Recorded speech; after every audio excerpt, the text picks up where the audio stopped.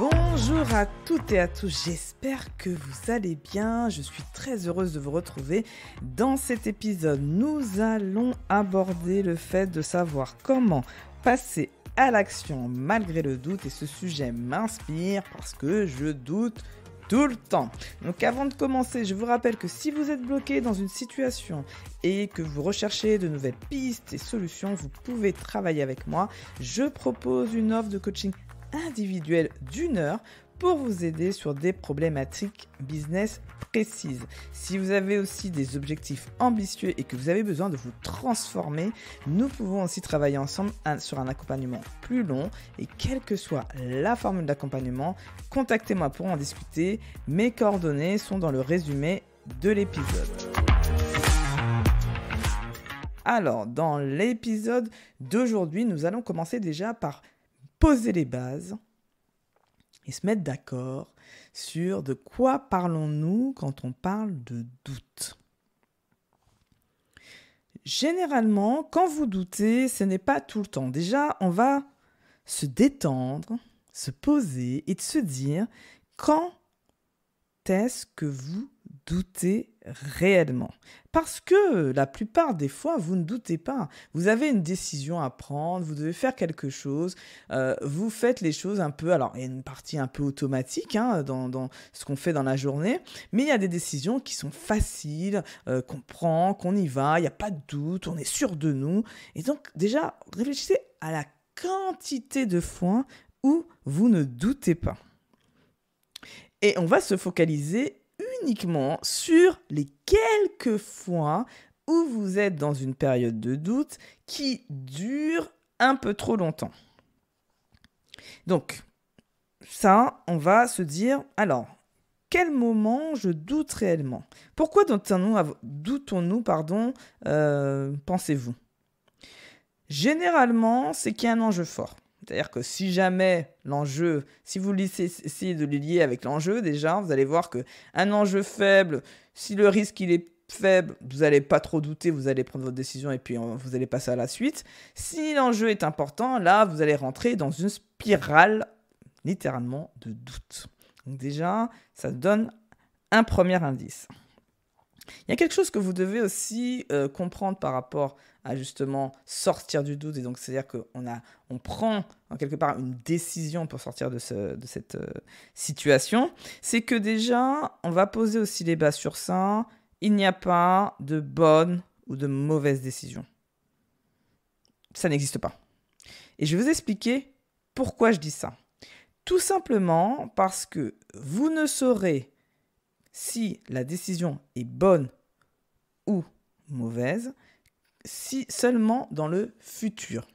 Or, vous ne pouvez pas aller dans le futur et revenir dans le présent. Ça, c'était dans c'était Retour vers le futur, j'adorais ce film-là. Mais là, ce n'est pas encore possible. Peut-être qu'un jour, la science y arrivera, mais pour l'instant, ce n'est pas possible. Donc, qu'est-ce qui se passe ? Vous devez prendre une décision à un instant T avec les connaissances que vous avez, avec l'état dans lequel vous êtes, avec les gens avec qui vous travaillez, et vous prenez une décision.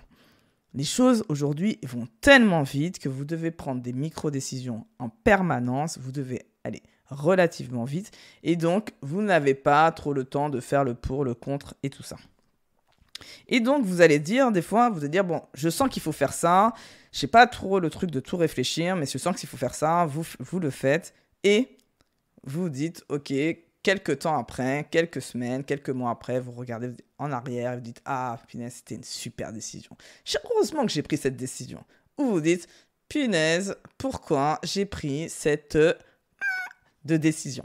Donc, ça, c'est pourquoi vous pouvez le savoir que longtemps après d'avoir pris cette décision, parce que de toute façon, vous faites avec ce que vous avez. Donc déjà, c'est vous de retirer un peu de pression sur cet aspect-là où de toute façon, si vous partez du principe que vous ne prendrez jamais de mauvaise ou de bonne décision, déjà, vous dites, ça vous enlève un petit peu de charge mentale et de prise de bec, prise de tête en tout cas, sur le fait de faire parfait. Vous savez, c'est tous ceux qui ont le syndrome un peu de la bonne élève, de la perfection. Ça vous enlève un petit poids, non ? Vous le sentez que vous avez retiré un petit peu le poids ?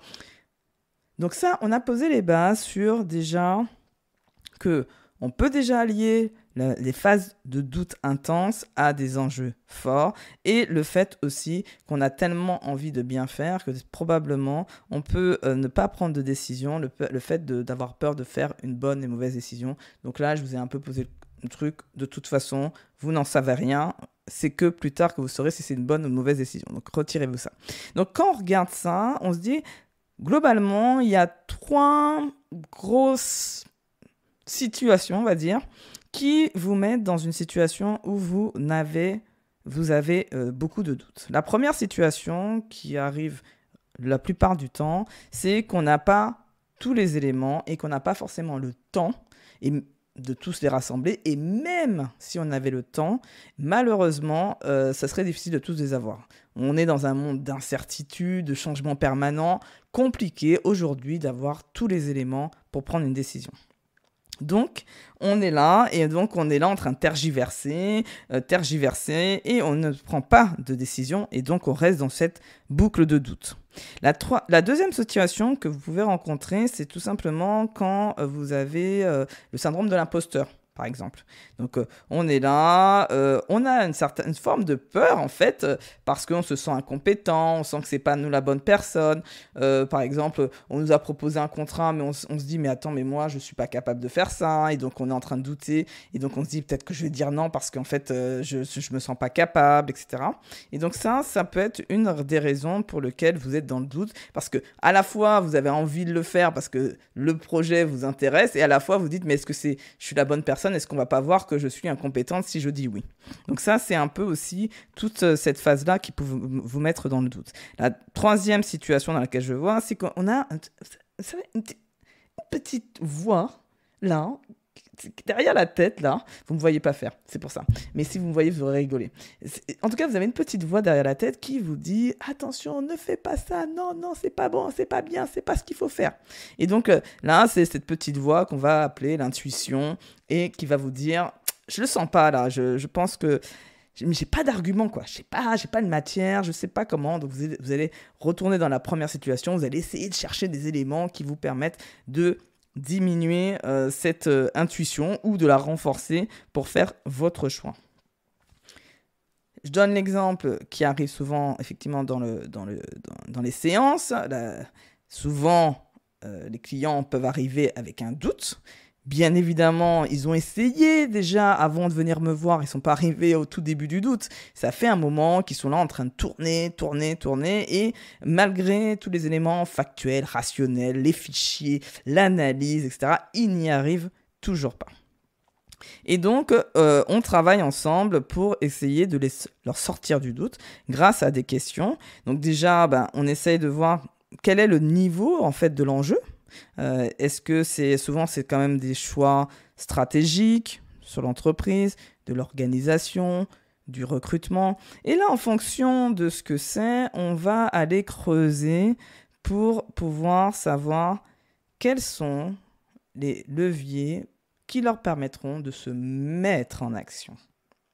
Quels sont les leviers qui leur permettront de sortir de cette phase de doute et de prendre une décision?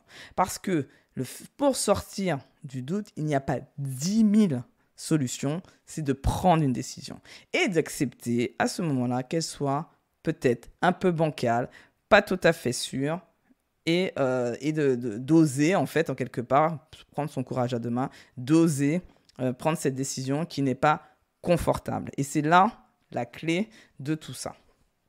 Alors, comment on prend une décision qui n'est pas confortable ?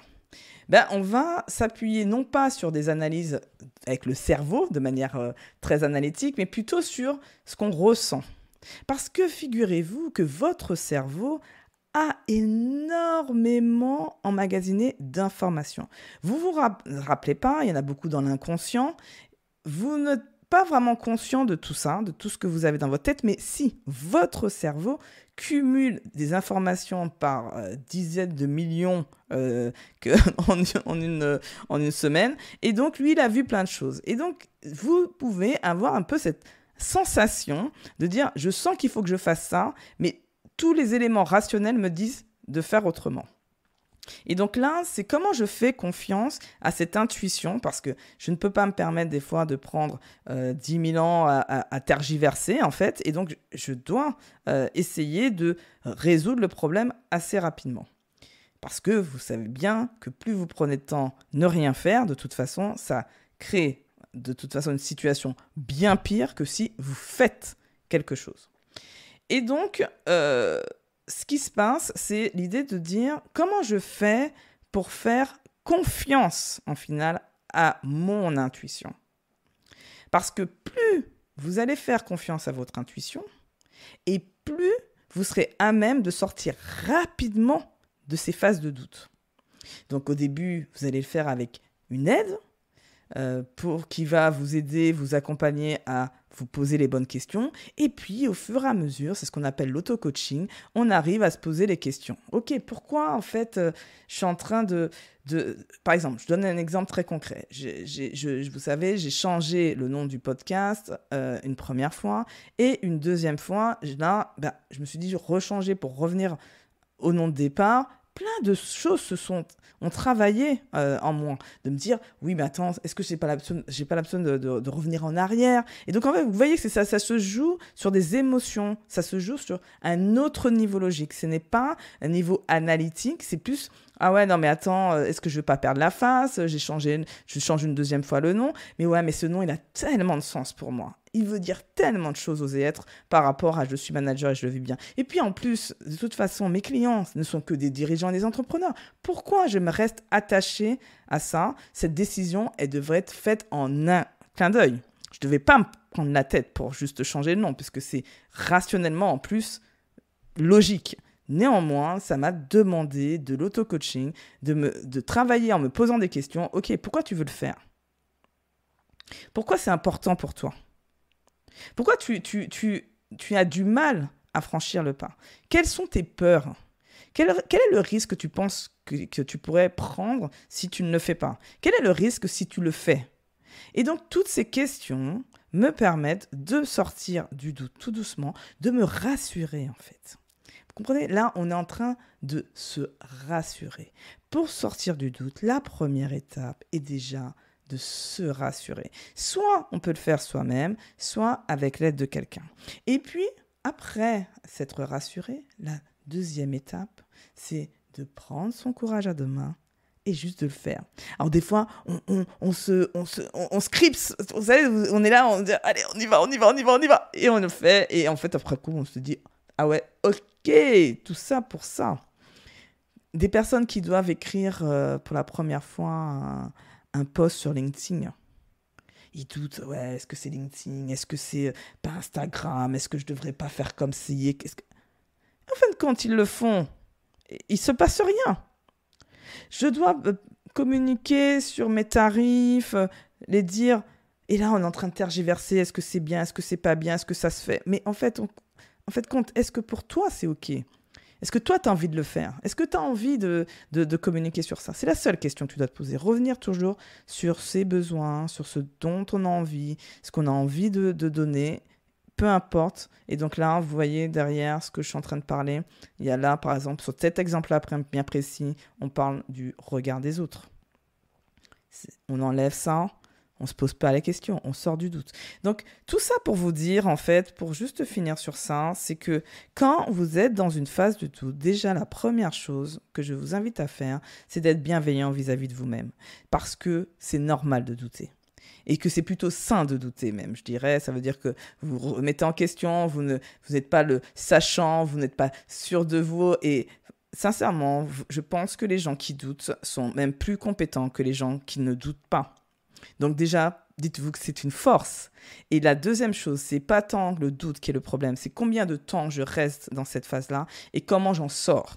Et donc là, c'est les clés que je vous ai données, c'était de vous poser des questions sur le pourquoi, de remettre du sens dans le fait de prendre cette décision, quel est le risque si vous faites, mais surtout si vous ne faites pas ce que vous voulez faire. Et donc, si vous n'y arrivez pas, n'hésitez pas à demandez autour de vous des gens qui vous posent des questions pour prendre cette décision. Donc, je vous rappelle, notamment, si je suis une personne qui peut vous aider dans ce genre de situation, puisque je vous ai présenté ça lors de l'épisode, quelques exemples. Donc, bien évidemment, n'hésitez pas à revenir vers moi. En tout cas, bravo d'être toujours au rendez-vous, car pour moi, cela signifie que vous recherchez des astuces pour grandir. Je vous rappelle que si vous avez besoin d'être accompagné pour atteindre vos objectifs ambitieux, ou si vous recherchez de nouvelles pistes de réflexion pour prendre vos décisions, nous pouvons travailler ensemble. N'hésitez pas à me contacter si vous êtes intéressé, soit par l'offre de coaching d'1 heure pour une problématique précise, ou par l'offre d'accompagnement dont nous définissons ensemble la durée en fonction de vos besoins. Toutes les infos sont dans le résumé de l'épisode. Avant de se quitter, j'ai juste une dernière petite demande à vous faire. Pour ceux qui écoutent sur Apple Podcasts ou Spotify, pourriez-vous, s'il vous plaît, me laisser une note parce que ça m'aidera énormément, et un commentaire sur Apple Podcasts. Et pour les autres qui n'auraient pas ces deux applications, pensez à transférer à un ami l'épisode qui vous a plu. Cela m'aidera et me mettra en joie. Prenez soin de vous et à la semaine prochaine.